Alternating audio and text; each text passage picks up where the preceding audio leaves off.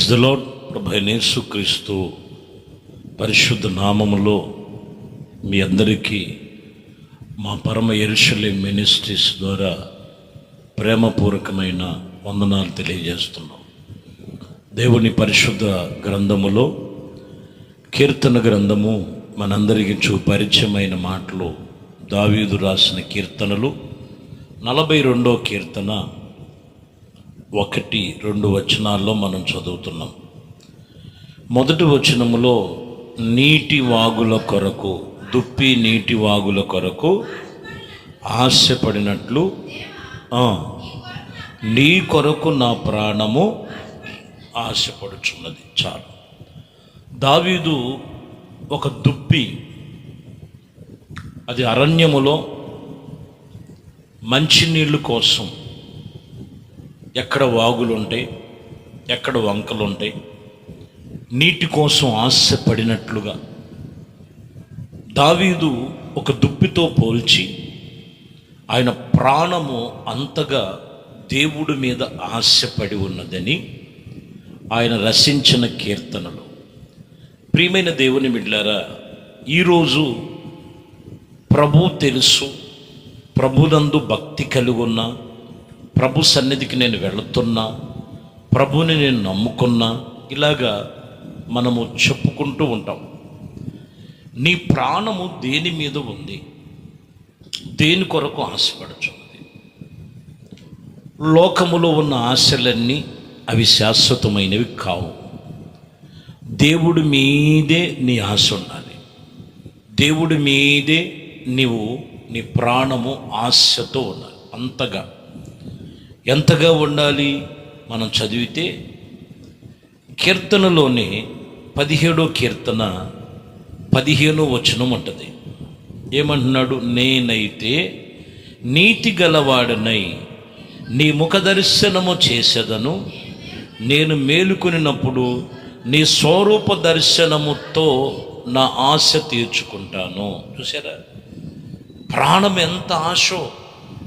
అయ్యా, నీ స్వరూప దర్శనము చూడాలి, నీ ముఖ దర్శనము నేను చేయాలి.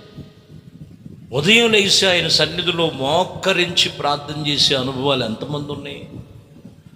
ఎంతమంది ఈరోజు ప్రభువా నీ స్వరూప దర్శనం కొరకు ఎదురు చూసే, ప్రాణము ఎదురు చూసేటువంటి అనుభవం ఎక్కడున్నాయి?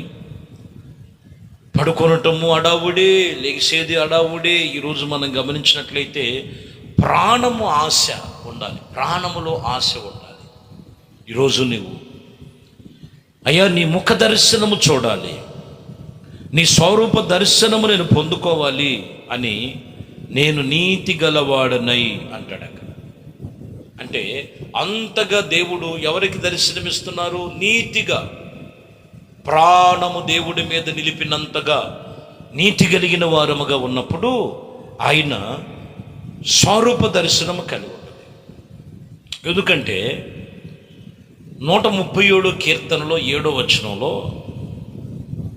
ఇజ్రాయేలు మీద ఆశ పెట్టుకొనుము, యెహోవా ఎదుట కృప దొరుకును. ఇజ్రాయేలీలు యెహోవా మీద ఆశ పెట్టుకొనుము, యెహోవా యొద్ద కృప దొరుకును, ఆయన యందు సంపూర్ణమైన విమోచన దొరుకును. 130వ కీర్తన 7వ వచనంలో చదివితే, ఇదిగో యెహోవా మీదే ఆశ పెట్టుకొనుము. ఏం దొరుకుద్దంట? ఆయన యందు. ఇక్కడ గమనిస్తే సంపూర్ణమైన విమోచన దొరుకును. దేవుడి మీదే. ఈరోజు మనం చూస్తే లోకములో ఎన్ని ఆశలు ఉన్నాయో,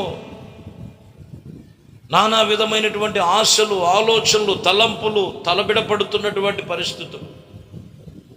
ఇక్కడ చెబుతున్న మాట, ఆ రోజు పేరు పెట్టబడిన ఇజ్రాయేల్ ప్రజలు ఈరోజు ఆత్మ సంబంధమైన ఇజ్రాయేలుతో ప్రభు చెప్తున్నారు, దేవుడి మీదే నీ ఆశ.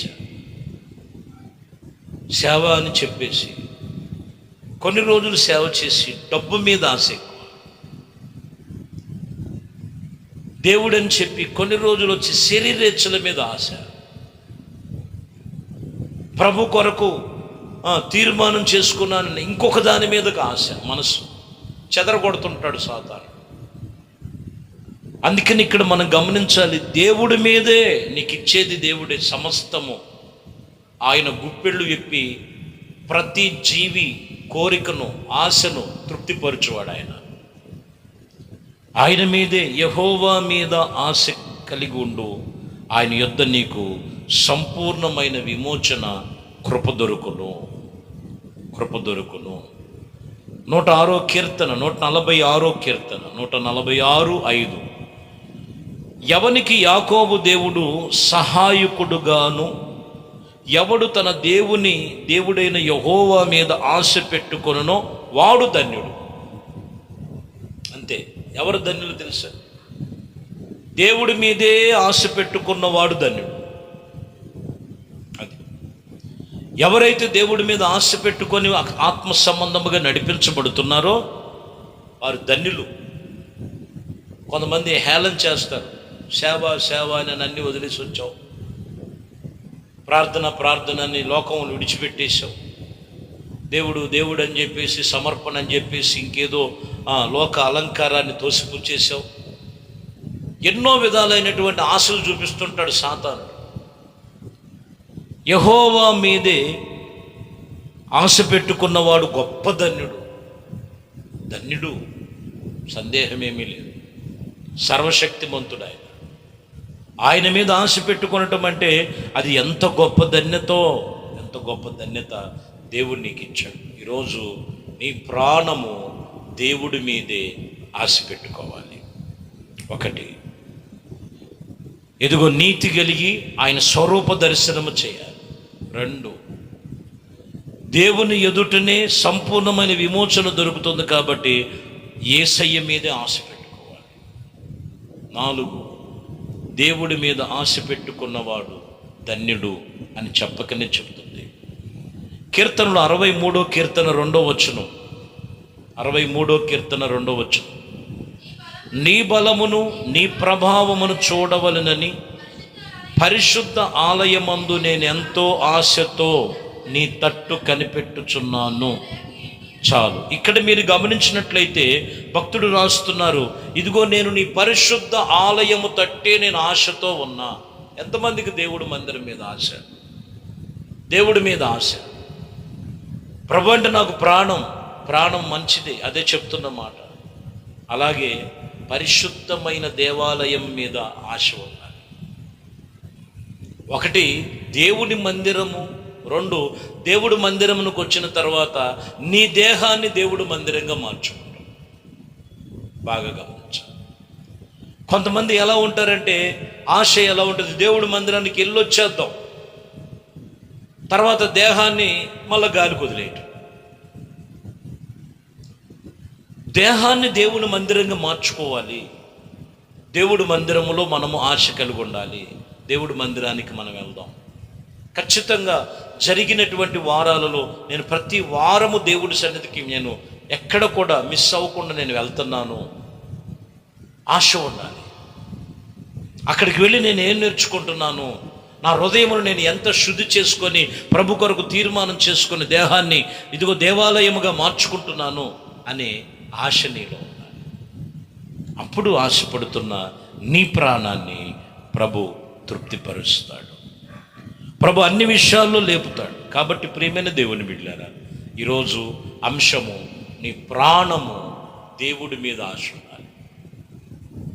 ప్రాణము దేవుడి మీద ఆశ, లోకపు ఆస్తుల మీద కాదు, లోకపు తిండి మీద కాదు, లోకపు వస్త్రధారణ మీద కాదు. నా ప్రాణమ తినుము తాగుము సుఖించుము అని దేని గురించి నువ్వు చింతించద్దు. ప్రభు అన్నాడు అదే, మొదట నా నీతిని నా రాజ్యాన్ని వెతుకు, అవన్నీ నీకు వచ్చు. కాబట్టి యేసయ్య మీదే నీ ప్రాణం ఆశ కలిగి ఉండాలి. ఈ రాత్రి ఈ ఉదయకాలము ప్రభు నీతో చెప్తున్న మాట.